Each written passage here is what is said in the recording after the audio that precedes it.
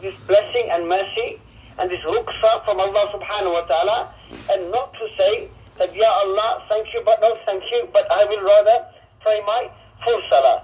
So the scholars say that in general the default position is, as a musafir, we are required to shorten our fara'id. This is the default position, but we will learn some of the basic rulings regarding this. But now it's important to understand, if a musafir is required to shorten his or her prayers, we need to of course know what is the definition of a musafir. Who is a traveler? If I walk down to Tesco, down the road, am I a musafir? I am traveling, I am walking. If it's a very, very hot day, I'm walking down to the city center and I'm sweating, am I a musafir? No. If I travel to another area within Leicester, am I a musafir? Of course not. So what is the definition of a musafir? Now, the ulama, the scholars have mentioned that in the time of Rasulullah sallallahu alaihi wasallam, in the time of our akabir, the Sahaba and Khulfai Rashidun, Mutaqaddimun, the principle was, whosoever travelled a distance, a minimum distance of 3 days and 3 nights, was considered as a musafir. So bearing in mind the modes of transport in those days were not like the modes of transport we have today. So whosoever intended to travel a minimum of 3 days and 3 nights was considered as a musafir. Now the scholars today say, of course, even if we were to travel to the other side of the world, to Australia, 20 hours, 25 hours, 23 hours, whatever it is, even to travel to the other side of the world now will not take us 3 days and 3 nights. So the scholars have said, we will maintain this position of 3 days and 3 nights. This principle of 3 days and 3 nights will remain. But they've posed a very important question by saying, taking or bearing in mind the modes of transports in those days, taking into account journey breaks, food, salah, rest time, what distance would they have travelled in 3 days and 3 nights? And most scholars conclude, there is a difference of opinion, but the most mu'tabar scholars conclude that they would have covered a distance of 57.5 miles. So we now understand where this figure of 57.5 miles come from. It's a valid question, isn't it?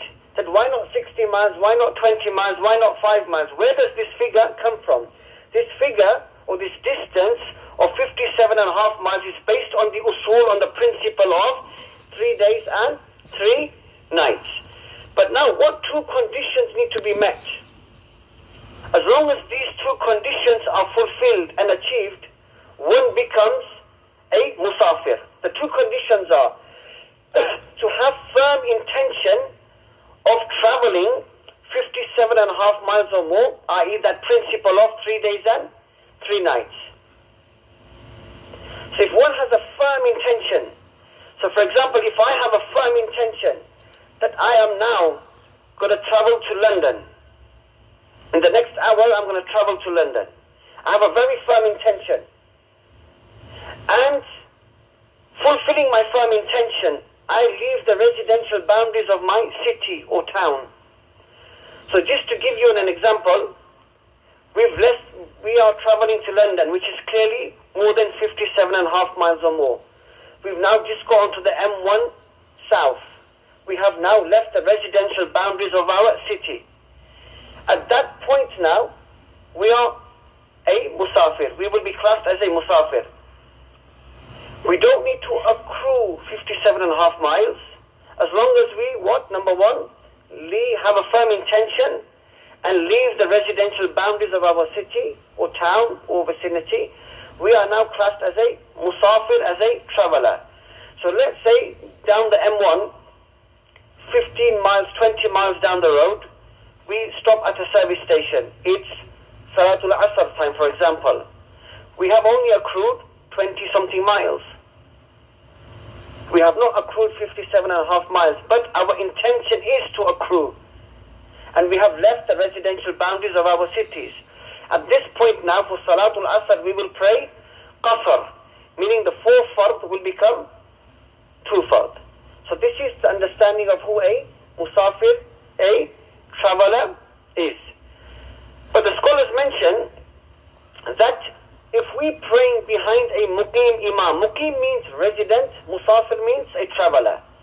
So again, same example, I've now reached my destination in London and I visit the local masjid for Salatul Asr. But I'm praying behind a muqim, a local imam, an imam who is resident. Although I am a musafir, but in this situation, I will pray my full salah.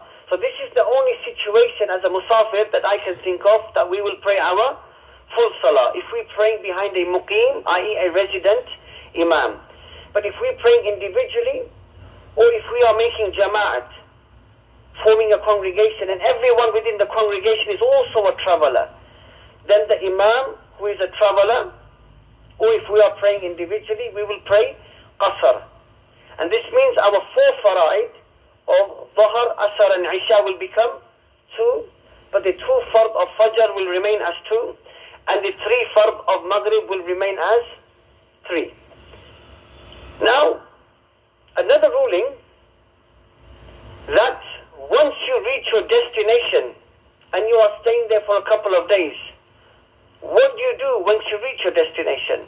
There is another principle in Sharia of 15 days or more, 15 days or less. Now, when we have firm intention, whether this is to another city within the UK, or if we travel abroad, if our sole intention is that once I reach my destination within the UK or abroad, that I am going to be staying 15 days or less in that particular town, village or area, then during our travel, we will pray Qasr, and once we reach our destination, because we are staying 15 days or less, then we will throughout our stay also pray Qasr.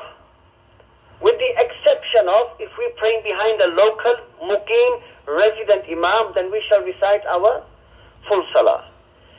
But if our intention is to the contrary, that upon arriving in London, upon arriving in wherever abroad, that I will be staying in that area or that town, that city for 15 days or more, then the ruling is, during our travel, we will pray Qasr as a musafir, but upon arrival upon our destination, because our intention now is we are staying 15 days or more.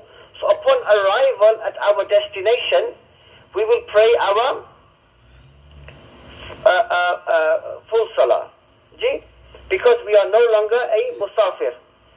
Because we are intending to stay 15 days or more. So there are 2 rules. The latter one that I mentioned is about 15 days or more and 15 days or less. And another ruling, if somebody has another home, let's suppose one has a second wife. Lots of smiley faces, alhamdulillah. If somebody has a second wife in another city within the UK, but this husband is only staying there for 3 days, for example. Is he staying there 15 days or more, or 15 days or less? 15 days or less than 15 days. 3 days. But the ruling now is, because where he's going to is classed as his matrimonial home. It is classed as something known as watan asli in the Sharia Mutahara. So although he is staying there for 3 days, for less than 15 days, but upon arrival in his matrimonial home, he will pray his full salah. So this is another exception. And one last rule, there are many other rules, but one other common rule I will mention. This mainly applies to brides, to women who get married, and if they go and stay in the matrimonial home, which is in another city or another country. So again, keeping the example very simple, girl who's born and raised in Leicester, for example. Originally, her watan asli is Leicester. But now after getting married, her husband lives in London. So surely she's now going to move to London to live in her matrimonial home. But bearing in mind, her hometown where she was born, raised, lived most of her life was in the city of Leicester. But now what happens, when she gets married, she will change her intention. Her watan asli will be muntaqil. Her watan asli will no longer be Leicester. This is only in a fiqh perspective. From a ruhani perspective, Leicester will always be her home, her parents' home. Maybe she's got family and siblings. So when this woman now gets married, her watan asli will change, in this example now, from Leicester to London. So whenever she visits Leicester again, the same rule will apply. That during her travel from London, her matrimonial home, to Leicester, she will pray Qasr salah. But the question arises now, when she has left her matrimonial home, what's her intention? Upon arriving at her parents' home in Leicester, for example, is she staying 15 days or more? If the answer is yes, 15 days or more, then upon arrival she will pray full. But if the answer is she's staying 15 days or less, then upon arrival or throughout her stay she will continue to pray Qasr. So the term used in the Sharia Mutahara is Watana Asri. But the example I gave earlier, I don't want you to get lovely ideas, inshallah. Inshallah. So may Allah subhanahu wa ta'ala enable us, you and I, to act upon the Sharia Mutahara. If you've got any questions, you are free to ask, inshallah.